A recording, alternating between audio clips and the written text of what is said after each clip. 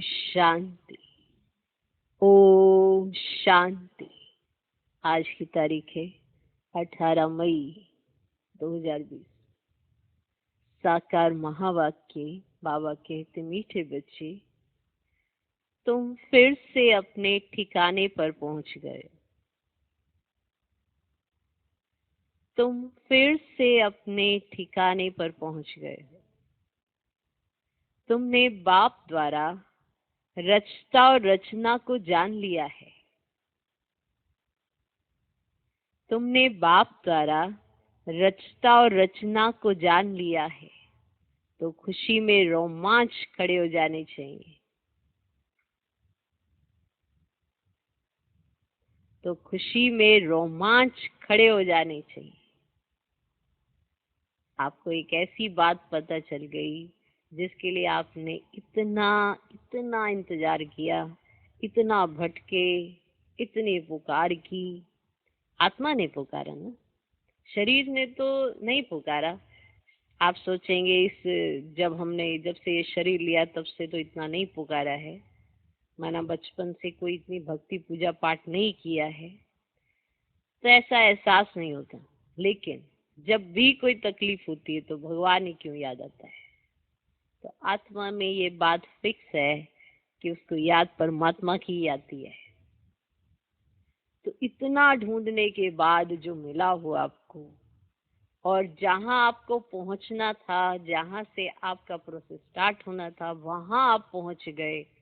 माना उस ठिकाने पर पहुंच गए जहां पर डायरेक्ट ऑलमाइटी अथॉरिटी, डायरेक्ट परमात्मा आपकी पालना के निमित्त है। सोचो तो खुशी में कितने रोमांच खड़े हो जाएंगे। खुशी किस बात की होनी चाहिए?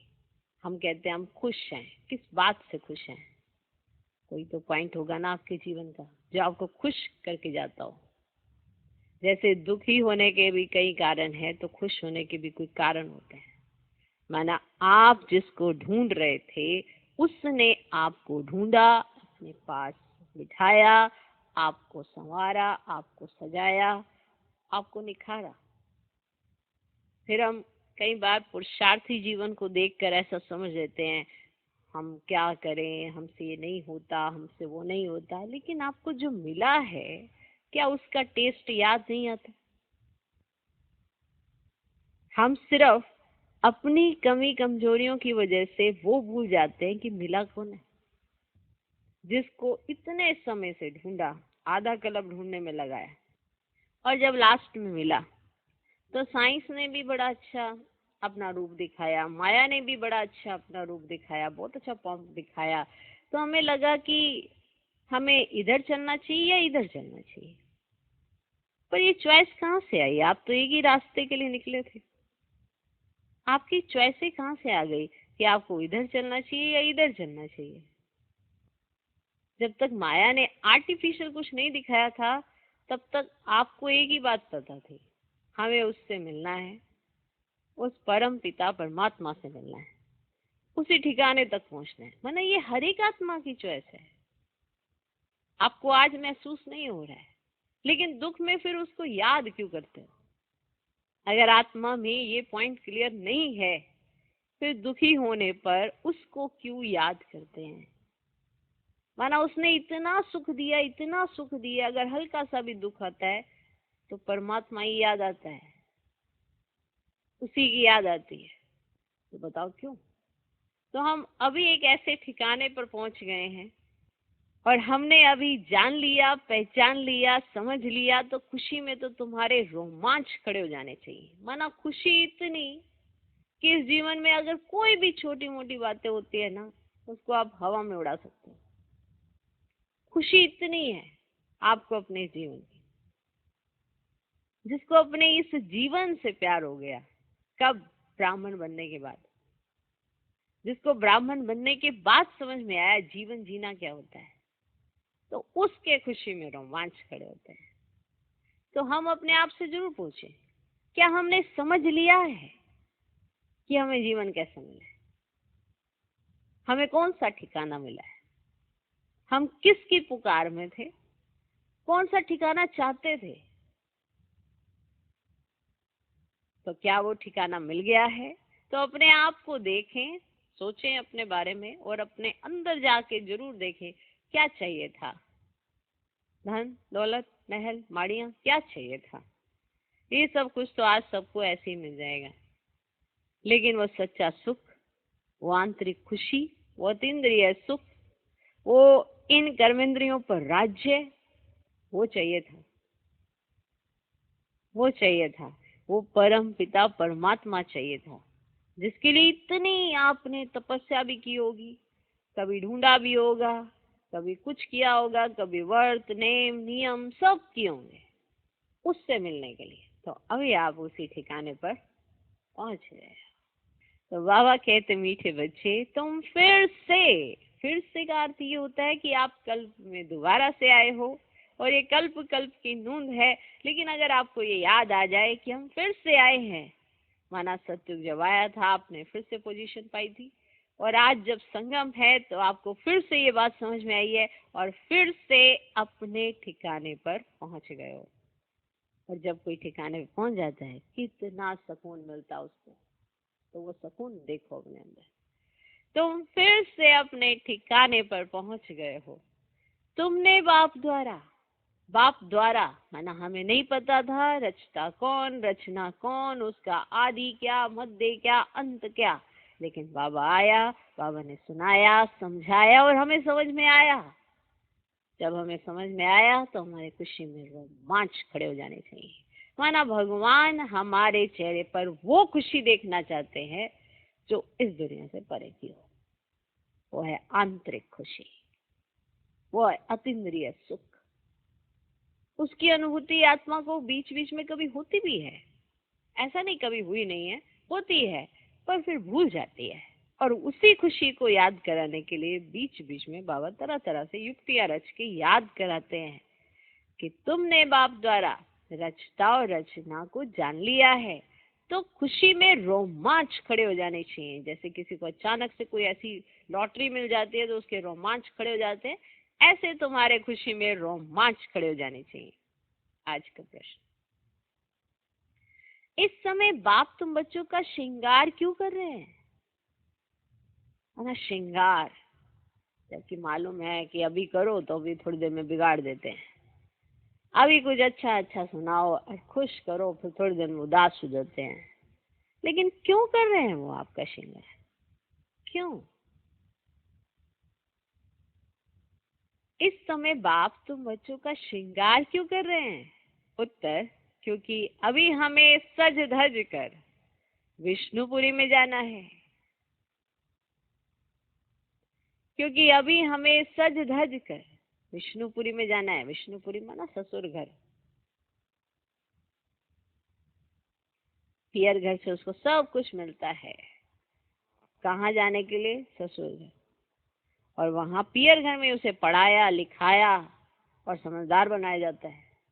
तो अभी हैं हम बाप के साथ पियर घर में, फिर हम जाएंगे ससुर घर में। है ना, सज धज कर जाएंगे ना, ऐसे थोड़ा चले जाएंगे। कितना सजाया है, कितना संवारा है, क्या दिया है, कितना पढ़ाया है, ससुर घर में पूछा जाएगा। क्या पढ़ी, कितना पढ़ी लिखी है और कितना इसको आप देंगे। हाँ, जैसे आज के नियम बना दिए वो एक अलग चीज हो गई है, लेकिन रियलिटी तो यही है कि पियर घर से हम सज धज कर ससुर घर जाते हैं और पियर घर में ही हम पढ़ते हैं, लायक बनते हैं, समझदार बनते हैं। वो तभी बन सकते हैं जब माता पिता का कहना मानेंगे, और माता पिता भी समझाते हैं, सिखाते हैं। ये सीखने का समय है और फिर ससुर घर में सज धज के बैठ जाना। ठीक है, अगर समझे होंगे तभी तो बैठेंगे, ऐसे थोड़ा। नहीं समझे होंगे तो वहां पे जाके प्रजा बनना है क्या? ओके, क्योंकि अभी हमें सज धज कर विष्णुपुरी माना ससुर घर में जाना है। हम इस ज्ञान से सज कर विश्व के महाराजा महारानी बनते हैं। हम इस ज्ञान से सज कर विश्व के महाराजा महारानी बनते हैं। अभी संगम युग पर है, बाबा टीचर बनकर पढ़ा रहे हैं। बाबा टीचर बनकर पढ़ा रहे हैं पियर घर से ससुर घर ले जाने के लिए। क्योंकि ससुर घर में तो समझदार चाहिए, पियर घर में चंचलता चलेगी। ये लाड़ कोड़ जो करते रहते हो वो चलेगी, लेकिन ससुर घर में नहीं ऐसे। ससुर घर में तो समझदार थे। अभी संगम युग पर है, बाबा टीचर बनकर पढ़ा रहे हैं पियर घर से ससुर घर ले जाने के लिए। आज का गीत है आखिर वे दिन आया आज। ओम शांति। मीठे मीठे स्वीट चिल्ड्रन, मीठे मीठे सिखिलदे बच्चों ने गीत सुना। मीठे मीठे स्वीट चिल्ड्रन, मीठे मीठे भी स्वीट चिल्ड्रन, मीठे मीठे सिखिलदे बच्चों ने गीत सुना। तुम बच्चे ही जानते हो कि आधा कलम जिस माशूक को याद किया है आखरीन वे मिले। जानते ये बात? दुनिया ये नहीं जानती कि हम कोई आधा कलम भक्ति करते हैं, माशूक बाप को पुकारते हैं। दुनिया को ये नहीं पता हम आशिक हैं, वह माशूक है, ये भी कोई नहीं जानते। बाप कहते रावण ने तुमको बिल्कुल ही तुच्छ बुद्धि बना दी। खास भारतवासियों, तुम देवी देवता थे, ये भी भूल गए हो तो तुच्छ बुद्धि हुए। अपने धर्म को भूल जाना यह है तुच्छ बुद्धि का काम है ना। अपने को भूले, अपने धर्म को भूले, सब कुछ भूल गए। अभी ये सिर्फ तुम ही जानते हो। हम भारतवासी स्वर्गवासी थे, ये भारत स्वर्ग था। थोड़े ही समय हुआ है, 1250 वर्ष तो सतयुग था, तो और 1250 वर्ष राम राज्य चला। उस समय अथाह सुख था। सुख को याद कर रोमांच खड़े हो जाने चाहिए। सतयुग, त्रेता, द्वापर, कलयुग ये पास हो गए। सतयुग की आयु कितनी थी ये भी कोई नहीं जानते। लाखों वर्ष कैसे हो सकती। अभी बाप आकर समझाते हैं तुमको माया ने कितना तुच्छ बुद्धि बना दिया। दुनिया में कोई अपने को तुच्छ बुद्धि समझते नहीं है। तुम जानते हो हम कल तुच्छ बुद्धि थे, ये तो स्वीकार कर लो। जानते हो कल क्या थे? तुच्छ बुद्धि। क्या थे जानते? अभी बाबा ने इतनी बुद्धि दी है जो रचता और रचना के आदि मध्य अंत को हम जान गए हैं। कल नहीं जानते थे, आज जाना है। जितना जितना जानते जाते हैं, जितना जितना जानते जाते हैं तो क्या होता है? तो खुशी में रोमांच खड़े होते जाएंगे। माना जितना जितना आप जानते जाएंगे। कहीं कहते हमने जान लिया, लेकिन खुश नहीं रहते, माना नहीं जाना है। जितना जितना आप जानते जाएंगे उतना उतना आपकी खुशी में रोमांच खड़े हो जाएंगे। हम फिर से अपने ठिकाने पर पहुंच गए हैं। बरोबर बाप ने हमको स्वर्ग की राजाई दी थी, फिर हमने गवा दी। अभी पतित बन पड़े हैं। सत्य को पतित नहीं कहेंगे, वे है ही पावन दुनिया। मनुष्य कहते हे पतित पावन आओ। रावण राज्य में पावन ऊंच कोई हो ही नहीं सकता।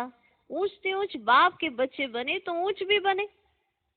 तुम बच्चों ने बाप को जाना है, तुम बच्चों ने बाप को जाना है, सो भी नंबरवार पुरुषार्थ अनुसार माना जाना है। ऐसा नहीं कहेंगे बाबा नहीं जाना, मेरा बाबा तो सभी कहते हैं ना। परंतु फिर भी माना जो वो खुशी देखना चाहते हैं ना, उसके आधार पर बाबा को पता चल जाता है इसने मुझको कितना जाना है ना। वंडर हमारे की चेहरे की खुशी से बाबा जान जाते हैं इसने मुझे कितना जाना है। वाह, ऐसे कैसे पता चल जाता है ना। कहीं कहते हैं कि नहीं बाबा हमने जान लिया, आपको पहचान लिया बस। पर एक बात है ना बाबा, ऐसे कई बार हम अपनी बाकी सब इधर उधर कर देते हैं बातें और फिर लास्ट में कहते हैं एक बात है ना, एक समस्या है ना बाबा। तुम्हारा समस्या है तो आपने बाप को क्या जाना है? डर है, तुमने कितना जाना है। अब यही है सब नंबरवार पुरुषार्थ। जैसे जिसका पुरुषार्थ बढ़ता जाता है उतना जानता जाता है, और जो जितना जानता जाता है उतना उसे खुशी बढ़ती जाती है। अगर आपकी खुशी कम होती जा रही है तो आप जानना कम कर रहे हो, माना आपको पहचान कम हो रही है। कोई ना कोई संशय आ गया है, निश्चय में कुछ ना कुछ रोड़ा आ गया है। इसीलिए तुम्हारी खुशी गायब होती रहती है। तुम बच्चों ने बाप को जाना है, सो भी नंबरवार पुरुषार्थ अनुसार अपनी दिल से सवेरे उठकर पूछो, अपनी दिल से सवेरे उठकर पूछो, अमृत वेले का समय अच्छा है। सवेरे अमृत वेले बैठकर ये ख्याल करो, बाबा हमारा बाप भी है, टीचर भी है। ओ वर्ड फादर, हे परम पिता परमात्मा तो कहते ही है। अभी तुम बच्चे जानते हो, जिसको याद करते हे भगवान, अभी वे हमको मिला है। जिसको सारी दुनिया बैठ के याद करे, हे भगवान कहाँ हो, आ जाओ हमारी रक्षा करो, वो अभी हमको मिला है। हम फिर से बेहद का वर्षा ले रहे हैं। वह है लौकिक बाप और यह है बेहद का बाप। तुम्हारा लौकिक बाप भी उस बेहद के बाप को याद करते हैं। तो बापों का बाप, पतियों का पति वह हो गया। ये भी भारतवासी कहते हैं, क्योंकि अभी मैं बापों का बाप, पतियों का पति बनता हूँ।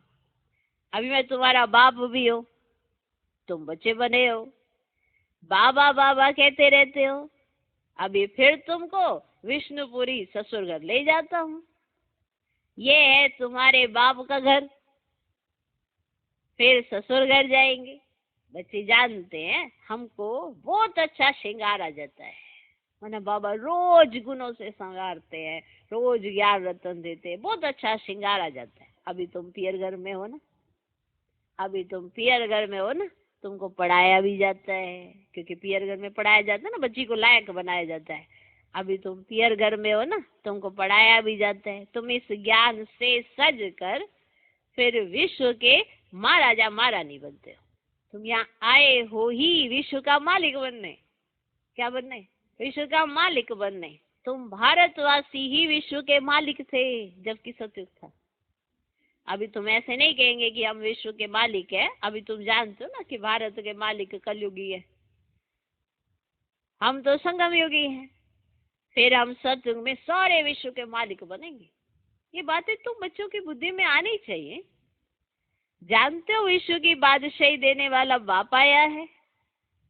अभी संगम युग पर वे आए हैं। ज्ञान दाता एक ही बाप है।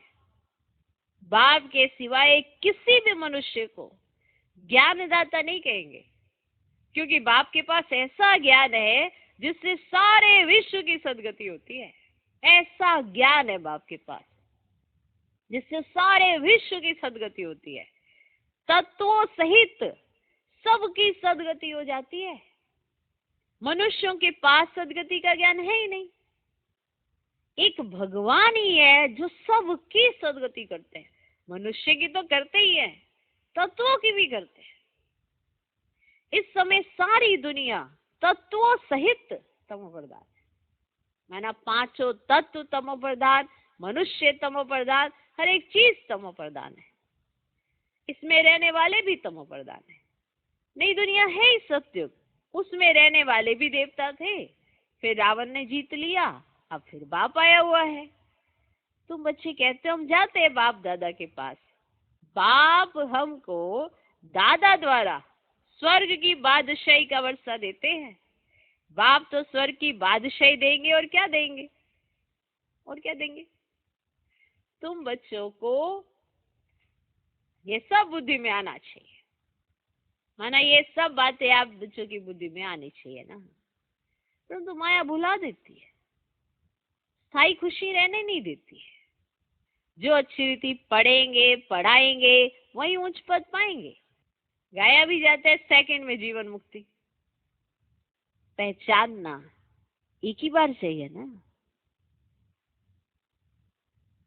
ये बीच बीच में जो संशय आता रहता है, वरना फिर आपने क्या पहचाना था,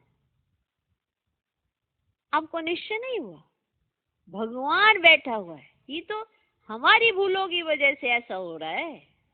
जिस घड़ी आपको ये बात पक्की हो जाएगी कि भूले आप कर रहे हो, भगवान नहीं। उसने आपको पहले दिन भी ऐसे ही देखा था, अब भी वो आपको वैसे ही प्यार से देखता है, उसी स्नेह की दृष्टि से देखता है। लेकिन आपका दृष्टिकोण बदल जाता है। क्योंकि आपकी पहचान बदलती रहती है। जिन बातों को बुद्धि में धारण करना चाहिए वो आपकी धारणा में नहीं है। व्यर्थ की बातों का पारावार ज्यादा है। तो जब पहचान पूरी नहीं है, इसीलिए तो तुम्हें खुशी नहीं होती, वरना तो तुम्हें ये एहसास ही इतना खुशी में उड़ा देगा कि तुम्हें मिला कौन है। यादगार में भी ऐसे दृष्टांत भी देते हैं। कौरवों के पास अक्षौणी सेना थी, पांडवों के पास सिर्फ एक भगवान का साथ था। इस बात में ही खुश, इस साथ में कौन है। तो अगर आपको ऐसा लगता है आपकी खुशी जाती है, तो मैं ना माया के पंजे में चले जाते तभी जाती है, वरना कैसे जा सकती है। 5 विकारों के वशीभूत हो जाते तभी जाती है, वरना कैसे जा सकती है। जिसको मिलने के लिए आपने इतने सारे कर्म कांड किए, आज जब वो मिला है तो आप खुश नहीं रह पाते हो, तो माना कुछ तो भूल करते हो, कुछ तो पहचान कम है। पहचानना एक ही बार चाहिए ना। सभी आत्माओं का बाप एक है, वह सभी आत्माओं का बाप आया हुआ है, परंतु सब तो मिल भी नहीं सकेंगे, इम्पॉसिबल है। बाप तो पढ़ाने आते हैं, तुम भी सब टीचर्स हो। कहा जाता है ना गीता पाठशाला, ये अक्षर भी कॉमन है। कहते हैं कृष्ण ने गीता सुनाई, अब यह कृष्ण की तो पाठशाला है नहीं, कृष्ण की आत्मा पढ़ रही है। कृष्ण नहीं, कृष्ण की आत्मा पढ़ रही है। क्योंकि कृष्ण कब है? सतयुग में। इस समय कृष्ण की आत्मा पढ़ रही है। माँ बाबा सतयुग में कोई गीता पाठशाला में पढ़ते पढ़ाते हैं क्या? कृष्ण तो हुआ ही है सतयुग में, फिर 84 जन्म लेते हैं, एक भी शरीर दूसरे से मिल ना सके। ड्रामा प्लान अनुसार हर एक आत्मा में अपना पार्ट 84 जन्मों का भरा हुआ है। एक सेकंड ना मिले दूसरे सेकंड। 5000 वर्ष तुम पाठ बजाते हो, एक सेकंड का पार्ट दूसरे सेकंड से मिल ना सके, कितनी समझ की बात है। ड्रामा है ना, पार्ट रिपीट होता रहता है। बाकी वे शास्त्र सब या भक्ति मार्ग के आधा कल्प भक्ति चलती है, फिर सर्व को सदगति मैं ही आकर देता हूँ। तुम जानते हो 5000 वर्ष पहले राज्य करते थे, सदगति में थे, दुख का नाम नहीं था। अभी तो दुख ही दुख है। इसको दुख धाम कहा जाता है। शांति धाम, सुख धाम और दुख धाम। भारतवासियों को आकर सुख धाम का रास्ता बताता हूँ। कल्प कल्प फिर हमको आना पड़ता है। अनेक बार आया हूँ, आता रहूंगा, इसकी एंड नहीं हो सकती। तुम चक्र लगाकर दुख धाम में आते हो, फिर मुझे आना पड़ता है। अभी तुमको समृद्धि आई है 84 जन्मों के चक्र की। अब बाप को रचता कहा जाता है। ऐसे नहीं कि ड्रामा को कोई रचता है, रचता अर्थात इस समय सत्युग को आकर रचते हैं। सत्युग में जिन्हों का राज्य था फिर गवाया, उन्हों को ही बैठ पढ़ाता हूँ। जिन्होंने राज्य पाया फिर गवाया, उन्हों को ही बैठ पढ़ाता हूँ। बच्चों को अडॉप्ट करते हैं। तुम मेरे बच्चे हो ना, तुम मेरे बच्चे हो ना। तुमको कोई साधु संत आदि नहीं पढ़ाते हैं, पढ़ाने वाला एक बाप है जिसको सब याद करते हैं। याद जिसको करते हैं जरूर कभी आएंगे भी ना। ये भी किसको समझ नहीं है कि याद क्यों करते हैं। तो जरूर पतित पावन बाप आए हैं, आए हैं। क्राइस्ट को ऐसे नहीं कहेंगे कि फिर से आओ, वे तो समझते लीन हो गया, फिर आने की बात नहीं। याद फिर भी पतित पावन को करते हैं। हम आत्माओं को फिर से वर्षा दो। अभी तुम बच्चों को समृद्धि आई, बाबा आया हुआ है, बाबा आया हुआ है। नई दुनिया की स्थापना करेंगे, वह फिर भी अपने समय पर रजोतमो में ही आएंगे। अभी तुम बच्चे समझते हो, हम मास्टर नॉलेजफुल बनते हैं, मास्टर नॉलेजफुल। आपने बाप को पहचान लिया, बाप ने आपको ज्ञान दिया, रत्नों से सजाया, संवारा, श्रृंगारा। अगर आप ये ज्ञान अपने अंदर रिवाइज करते हो, आप खुशी में रहते हो, और ये खुशी आपको ज्ञान रत्नों से खेलना सिखाती है, तब जाके आप मास्टर नॉलेजफुल। तुम जानते हो, अब तुम समझते हो कि हम मास्टर नॉलेजफुल बनते हैं। एक बाप ही है जो तुम बच्चों को पढ़ाकर विश्व का मालिक बना देते हैं। खुद नहीं बनते हैं, इसीलिए उनको कहा जाता है निष्काम सेवाधारी। माना आपको जो बना रहे हैं वो खुद नहीं बनते हैं, आते भी उस समय है जब तुम मुझे पहचानते नहीं हो, तुम्हें पहचान ही पूरी नहीं, मुझे तब आना होता है। जब आर्टिफिशियल चीजें भी शुरू हो जाती है, मुझे तब आना होता है। तो सोचो उनकी सेवा कितनी निष्काम है। इसीलिए वो तुम्हें बनाते हैं, खुद नहीं बनते हैं, इसीलिए उनको कहा जाता है निष्काम सेवाधारी। मनुष्य कहते हैं हम फल की आश नहीं रखते, निष्काम सेवा करते, परंतु ऐसे होता नहीं है। जैसे संस्कार ले जाते हैं उस अनुसार जन्म मिलता है। आपने जैसे संस्कार अपने में भरे, जैसे कर्म किए, संस्कार बनाए, वही संस्कारों से आपका जन्म होता है। कर्म का फल अवश्य मिलता है, चाहे आप अच्छा करो चाहे बुरा, जो भी करोगे उसका फल साथ में लगता है। सन्यासी भी पुनर्जन्म गृहस्थियों के पास लेकर फिर संस्कार अनुसार सन्यास धर्म में चले जाते हैं। जन्म लिया होता है गृहस्थ में, है ना, गृहस्थियों के पास जन्म लेते हैं, फिर उनके संस्कार इमर्ज होते हैं और फिर वापस से वो सन्यास में चले जाते हैं, पर जन्म तो वो गृहस्थियों के पास लेते हैं।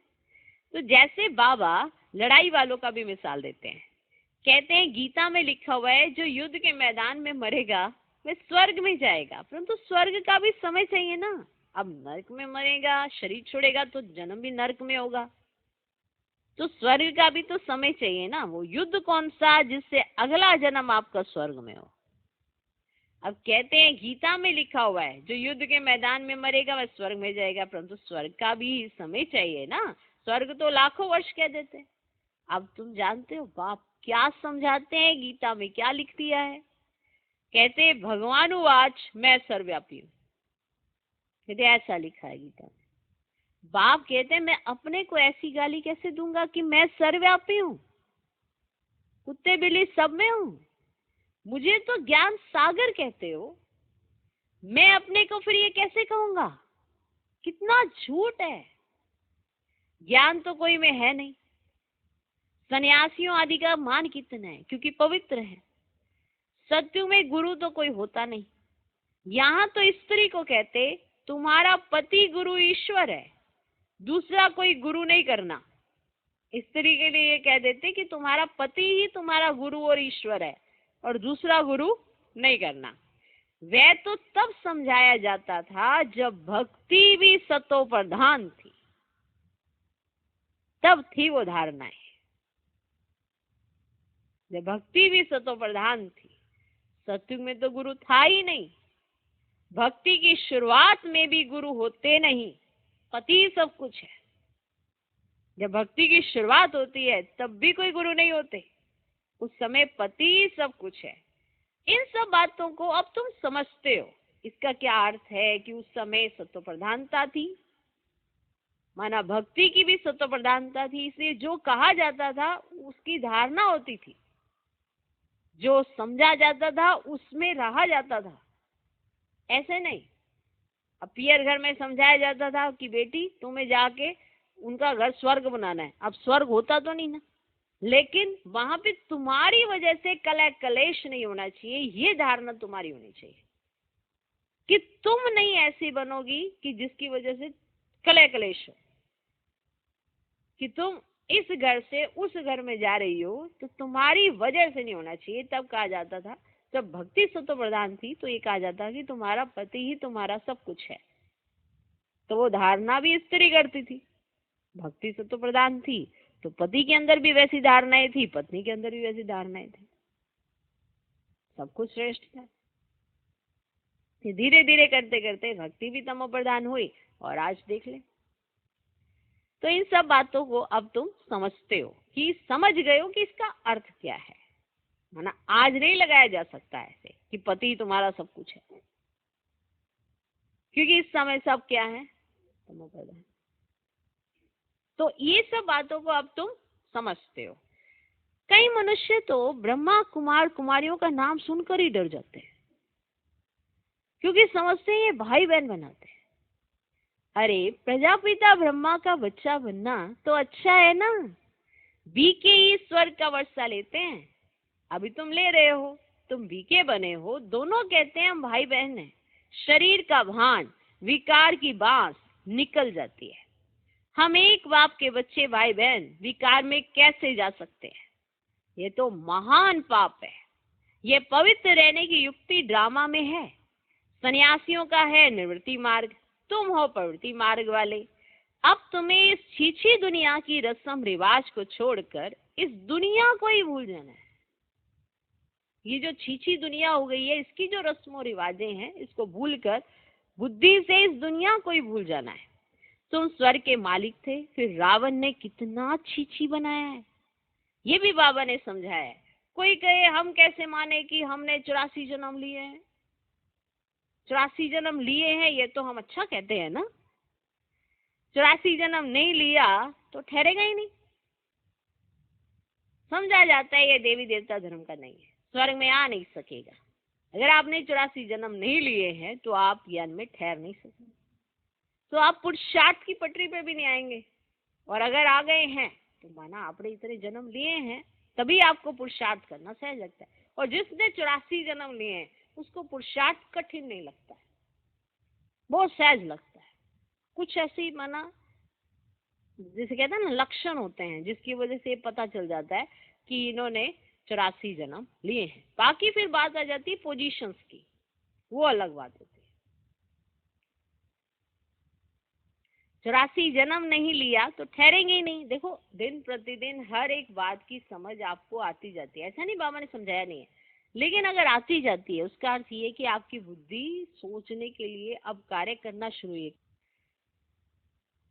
84 जन्म नहीं लिया तो ठहरेंगे ही नहीं, तो समझा जाता है ये देवी देवता धर्म का नहीं है, स्वर्ग में आ नहीं सकेगा। प्रजा में भी कम पद लेंगे। प्रजा में भी एक अच्छा पद और कम पद होता है। मतलब एक होती है प्रजा, एक है अच्छा पद वाली, एक कम पद वाली। ये बातें कोई शास्त्रों में नहीं है। भगवान आकर किंगडम स्थापन करते हैं, क्योंकि अभी किंगडम खत्म हो चुका है। भगवान आते हैं फिर से किंगडम स्थापन करते हैं। श्री कृष्ण तो बैकुंठ का मालिक था, स्थापना बाप करते हैं। बाप ने गीता सुनाई, जिससे ये पद पाया, फिर तो पढ़ने पढ़ाने की दरकार ही नहीं। तुम पढ़कर पद पा लेते हो, फिर थोड़े गीता का ज्ञान पढ़ेंगे। ज्ञान से सदगति मिल गई, जितना पुरुषार्थ उतना उच्च पद पाएंगे। जितना पुरुषार्थ कल पहले किया था वह करते रहते हैं। माना आप अपनी बुद्धि को अगर श्रेष्ठ बनाना चाहते हो तो उसको चिंतन श्रेष्ठ दो। अगर आप स्वस्थ रहना चाहते हो तो खान पान अच्छे वाला दो ना। ऐसे ही होता है। अगर बुद्धि को आप अच्छा स्वस्थ रखना चाहते हो कि उसमें बाप का ज्ञान ठहर जाए, तो उसमें चिंतन अच्छा देना पड़ेगा। जो चीज पेट में डालोगे वही चीज असर करेगी। बुद्धि अगर ज्ञान रत्नों में खेलती रहेगी तो वो कितनी अच्छी हो जाएगी और वो आपको कितना अच्छे से समझने लगेगी। और अगर पहचान लेगी पूरा प्रॉपर तो वो खुश रहेगी। और हर आत्मा चाहती है मैं खुश रहूं, हर आत्मा चाहती है ना मैं खुश रहूं। जितनी ज्यादा पहचान उतनी ज्यादा खुशी। अब आप देख ले,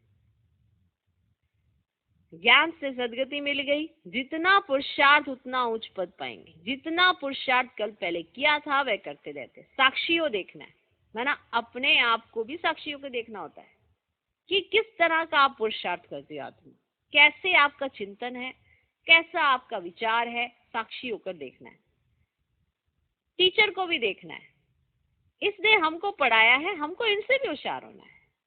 माना टीचर्स मैंने जैसे टीचर बहनें सुनाती हैं, ज्ञान सुनाती हैं, तो अगर आपको लगता है कि आपको और अच्छा पढ़कर टीचर से भी होशियार होना है, होशियार होने का माना ये है, ये अच्छा शुद्ध कंपटीशन होता है कि आपको लगता है कि हम जैसे हमारी टीचर में इतनी नॉलेज है तो हमको भी लेनी है, तो वो पढ़ाई पर जितना जास्ती ध्यान देगा तो उतना टीचर से भी होशियार हो जाएगा। ना कि ये कहना है मैं तो टीचर से होशियार हूँ, इस तरह का अभिमान भी नहीं लेके आना। ये सोचना है कि जितनी नॉलेज टीचर के पास है, मुझे बाबा को और याद करके ज्ञान रत्नों में और अच्छे से जाके इनसे भी होशियार बनना है, ताकि बाबा को मैं बता सकूं कि बाबा आपका ज्ञान देखो मुझे क्या कमाल का बना रहा है। तो वो सही मायने में अगर जब आपको समझ आ जाएगी तो आपको ये पॉइंट क्लियर हो जाएगा कि टीचर को भी देखना है, इसने हमको पढ़ाया है, हमको इनसे भी होशियार होना है। माना एक ऐसा हेल्दी कंपटीशन कि आपको धीरे धीरे आगे बढ़ते जाना है। मार्जिन बहुत है, मार्जिन बहुत है। कोशिश करनी है ऊंच से ऊंच बनने की। मूल बात है तमो प्रधान से सत्व प्रधान बनना है। तमो प्रधान सोच क्या सोच सकती है और सत्व प्रधान सोच क्या सोच सकती है, उसके कंट्रास्ट को आप देखते रहा करो। सारे दिन में जरूर चेक किया करो कि आपकी सोच का लेवल तमो प्रधान है, रजो प्रधान है या सत्व प्रधान है।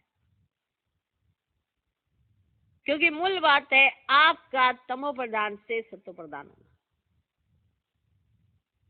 ये समझने की बात है ना। ग्रस्त व्यवहार में भी रहना है, बाप को याद करना है तो पावन बन जाएंगे। यहाँ सब पतित हैं, इसमें दुख ही दुख है। सुख का राज्य कब था या किसको पता नहीं है। दुख में कहते हे भगवान, हे राम, ये दुख क्यों दिया। अब भगवान तो किसको दुख देते नहीं, रावण दुख देते हैं। माना 5 विकार जिसके चंगुल में तुम फंसे हो, वो 5 विकार जो तुम्हारे सोचने समझने की शक्ति को खत्म कर रहे हैं, जो तुम्हें श्रेष्ठ सोचने नहीं देते, वो 5 विकार जहां तुम्हारे सोचने का लेवल तमो प्रधानता की तरफ है, सतो प्रधान है ही नहीं। तुम अनुमान में जीते हो, अशुद्ध विचारों में जीते हो, इसलिए तुम्हारा हाल ऐसा है कि तुम दुखी हो। एक विचार जो आपको सुख देके जाता है वो तुम्हारे अंदर कम उत्पन्न होते हैं, और दुखी होने के विचार तुम्हारे अंदर ज्यादा उत्पन्न होते हैं। माना तुम किसके साथ हो इस समय। रावण तुमको दुख दे रहा है, बाप नहीं। बाप कभी किसी बच्चे को दुख नहीं देते हैं। अभी तुम जानते हो हमारे राज्य में और कोई धर्म नहीं होगा, फिर बाद में और धर्म आएंगे। तुम भल कहाँ भी जाओ, पढ़ाई साथ है, मन मना भव का लक्ष्य तो मिला है। बाप को याद करो, बाप से हम सबका वर्षा ले रहे हैं, ये भी याद नहीं कर सकते। ये याद पक्की चाहिए, तो फिर अंतमति सुगति हो जाएगी। अच्छा, मीठे मीठे सिकिलदे बच्चों प्रति माता पिता बाप दादा का याद प्यार और गुड मॉर्निंग। रूहानी बाप की रूहानी बच्चों को नमस्ते। हम रूहानी बच्चों की भी रूहानी बाप को नमस्ते नमस्ते नमस्ते। Good morning good morning good morning. आज की मुरली में डायरेक्ट बाबा बस इतना कहना चाहते हैं, क्या आपने मुझे पहचान लिया? क्या आप मुझे समझ चुके हो? क्या आपको ये पता चल गया कि आप किस ठिकाने पर आके पहुंचे हो? अगर आपको यही नहीं पता चला कि आप जगह कौन सी भी बैठे हो, तो आप इसकी कदर कैसे करोगे? आपको नहीं पता कि आपने कौन सा शेल्टर लिया हुआ है, आपको नहीं पता आप कितने सेफ बैठे हो। अगर आपको यही नहीं पता तो आप खुश कहाँ से रह लोगे? अगर आपको यही एहसास नहीं हो रहा कि आपको भगवान ने क्या दे दिया है और आपकी गोद में कितना कुछ है, तो अगर आपकी वो वाली आंख ही नहीं खुली हुई तो आप कहाँ से खुश हो लोगे? किस नेचर के आप बनते हो, यही आपका प्रोसेस है। इसमें कोई आपकी तरफ से कुछ नहीं कर सकता। आपको सिर्फ समझाया जा सकता है, एक्ट आपकी है। इसीलिए कहा कि अर्जुन को सिर्फ समझाया गया, एक्ट उसकी थी। एक्ट तो उसको करना था ना, तभी उसका नाम हुआ। अगर वो एक्ट ही नहीं करता तो उसका नाम भी कहां से होता? तो सिर्फ समझाने का पार्ट मिला हुआ है। परमात्मा सिर्फ समझा सकता है, करना ना करना आपके हाथ में है। इसी के बेस पर सत्युग का निर्माण होता है, इसी के बेस पर आपको संगम की लॉटरी मिलती है। तो ये था कि आपने कितना पहचाना है भगवान को। धारणा के लिए मुख्य साथ पहला पॉइंट, सवेरे सवेरे अमृत वेले उठ ख्याल करना है। बाबा हमारा बाप भी है, टीचर भी है। माना ये क्यों कहा जाता है सवेरे सवेरे उठकर ख्याल करो? क्योंकि अगर आप सुबह अच्छा सोच लोगे तो सारा दिन अच्छा सोचोगे। माना ये कि आप सोच इतनी अच्छी बना लो कि उस सोच से आपका सारा दिन खिल उठे। सवेरे सवेरे अमृत वेले उठ ख्याल करना है, बाबा हमारा बाप भी है, टीचर भी है। अभी बाबा आया हुआ है, आया है हमारा ज्ञान रत्नों से श्रृंगार करने। यह बापों का बाप, पतियों का पति है। ऐसे ख्याल करते अपार खुशी का अनुभव करना है। पतियों का पति, बापों का बाप का अर्थ ये है, आपको वो मिल गया जिसे सारी दुनिया ढूंढ रही है, तो आपको कितना खुश होना चाहिए। दूसरा पॉइंट, हर एक के पुरुषार्थ को साक्षी होकर देखना है। हर एक के पुरुषार्थ को, चाहे अपने पुरुषार्थ को चाहे दूसरे के पुरुषार्थ को, साक्षी होकर देखना चाहिए। ये नहीं कि वो ऐसा क्यों कर रहा है, वो वैसा क्यों कर रहा है। आप बस देखो आप कैसा कर रहे हो, क्या आप जैसा कर रहे हो वो सही है, इसीलिए हर एक के पुरुषार्थ को साक्षी होकर देखना है। ऊंच पद की मार्जिन है, इसलिए तमो प्रधान से सतो प्रधान बनना है। आज का वरदान, संगम युग पर प्रत्यक्ष फल द्वारा शक्तिशाली बनने वाली सदा समर्थ आत्मा भव। संगम युग पर प्रत्यक्ष फल द्वारा शक्तिशाली बनने वाली सदा समर्थ आत्मा भव। संगम युग पर जो आत्माएं बेहद सेवा के निमित्त बनती हैं, उन्हें निमित्त बनने का प्रत्यक्ष फल शक्ति की प्राप्ति होती है। माना जो बेहद सेवा के निमित्त बनती हैं, जो बेहद की सेवाएं करती हैं, उन्हें प्रत्यक्ष फल क्या मिलता है? शक्ति।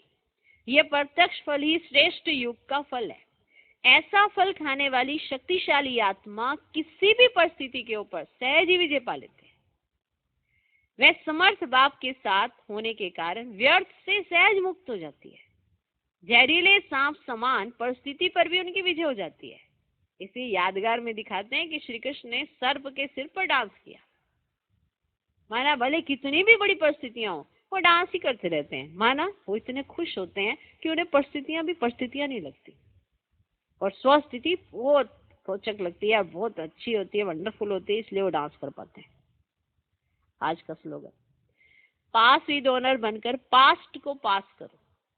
पास विद ऑनर बनकर पास्ट को पास करो और बाप के सदा पास रहो। पास्ट को पास करो और बाप के सदा पास रहो। अगर पास्ट को साथ लेके बैठोगे तो कभी बाबा के पास नहीं रह सकते। रहेंगे पास, फिर भी रहेंगे दूर। अगर पास्ट होगा साथ, तो पास्ट को पास करो और बाप के सदा पास रहो। ओम शांति।